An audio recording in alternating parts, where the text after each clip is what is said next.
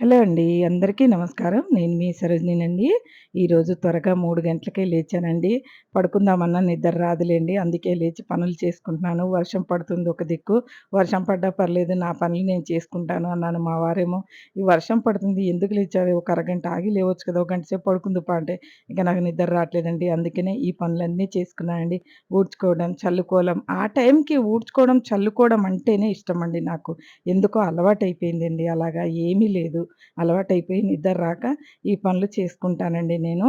నిజంగా ఎందుకంటే ప్రతిరోజు ప్రశాంతత కూడా ఉంటదండి. ఈ టైంలో నేను పని చేసుకుంటూ ఉంటే అలసట కూడా రాదండి. ఇలా చేసుకున్న తర్వాత చక్కగా టీ పెట్టిచ్చారండి మా వారికి. పొయ్యి పూజ చేసుకొని లోపలికొచ్చి టీ తాగానండి. ఎందుకంటే చల్ల చల్లగా ఉంది. టీ తాగేస్తే బెటర్ అనుకున్నానండి. టీ తాగే పూజ చేశానండి.